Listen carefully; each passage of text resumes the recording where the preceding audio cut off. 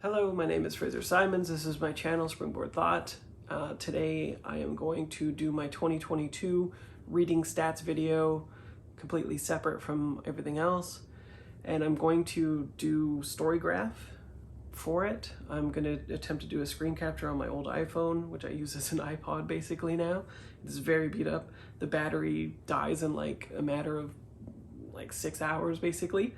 So we'll try to do it quick. This is going to be primarily, I don't think I will even bother going to Goodreads because all of the stats that Storygraph has encapsulates everything and in far greater detail than Goodreads. And it also has a separate tab for my tags that I purposefully use to track my own kind of reading as well. So we'll just do that instead. So screen capture, here we go. So my 2022 reading goal was 400 books. I exceeded that by 119%, 477 books. We'll start with moods.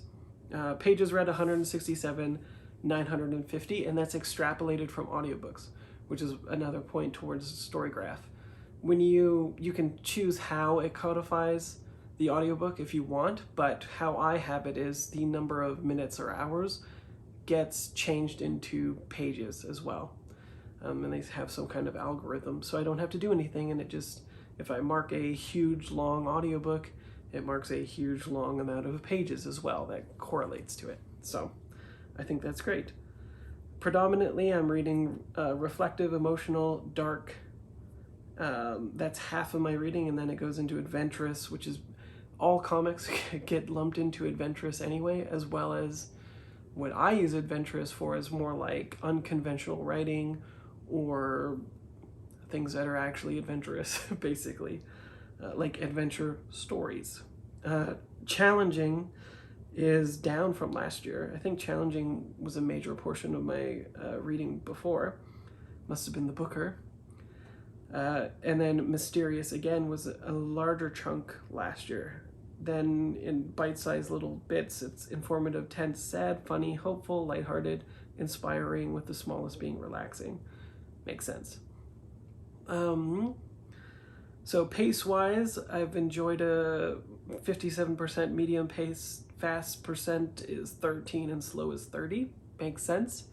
I tend to prefer slow books, but it's hard for me to delineate what's slow and medium because since I enjoy a slow pace, I tend to mark slow pace books as medium, like normal. It's a regular pace for me. I'm enjoying it. It doesn't feel fast paced. It doesn't feel too slow paced. So I imagine that medium probably could have been absorbed into slow a little bit more, but it's all subjective anyway. Page number 44% under 300, 42% up to 500 pages, and 13% only above 500 pages, which I find surprising. Again, last year I think I was closer to having much more between 300 and 500 and 500 plus, but I'm not sure. 14% diet, nonfiction, fiction 86%, not shocking. I have got now in genre basically all of them that you could ever hope for. Yeah, like literary, fantasy, queer / under the umbrella, historical, contemporary, science fiction, mystery, classics, crime, memoir, thriller, comics, young adult, romance, horror, and graphic novels as a genre, interestingly, and short stories as a genre, and history and magical realism. And then everything else seems like about the same. Like all those blocks kind of look the same to me, so I'm not going to mention them, but you'll be able to see them on the screen if this is working. This is the part that I really like, my specific tags, which I think would be more accurate than how Storygraph codifies things, because I generally know if it's literary or not, versus in Storygraph it's very subjective. I've seen lots of stuff not marked as literary that is. It'll just have no tags whatsoever sometimes, probably because it's like imported, I don't know.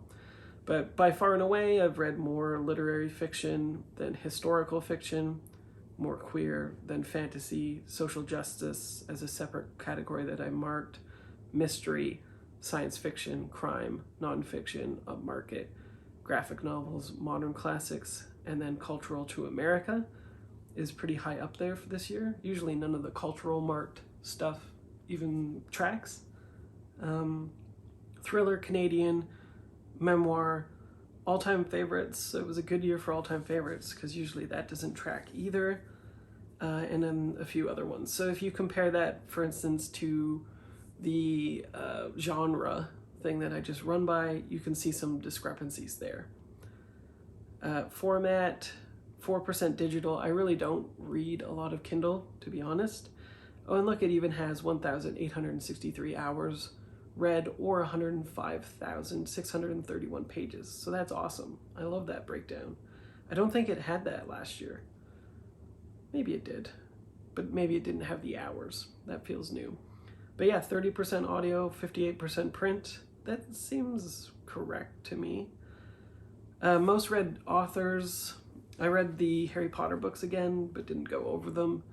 Mike Carey, Peter Gross, that's from Unwritten. So all of the trade paperbacks that I read of that again would be from them being up, as well as Yuko Shimizu is the cover artist for that. So that's why they're so high. James Ellroy, I read all of the LA Quartet books. And I also read the second LA Quartet books that I haven't talked about yet, the Perfidia and the Storm.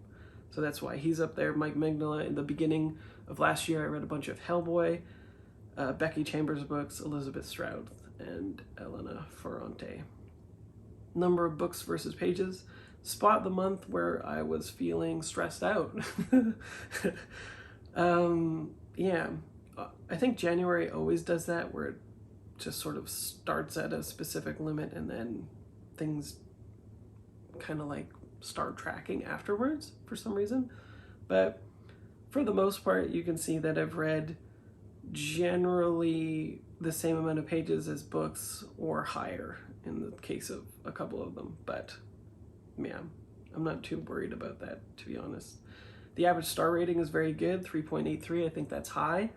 And you can see how much more granular my star ratings are on this versus Goodreads, whereas some books that I would mark 5 stars, here I can put as 4.5. And I've taken that liberty. See, 4 and 4.5 and 4.25. All that's, you know, and 4.75. All of that I think is a lot more helpful and granular than going through my 5-star reads at the end of the year. So I very much like Storygraph more. So those are my stats. I've read a lot of books. On Goodreads, it is a lot more. Let's see, we can dip in quite quickly. Reading challenges and see. I think it's about 498 books because it counts the DNFs as a group. 497 books. So yeah, quite a bit more.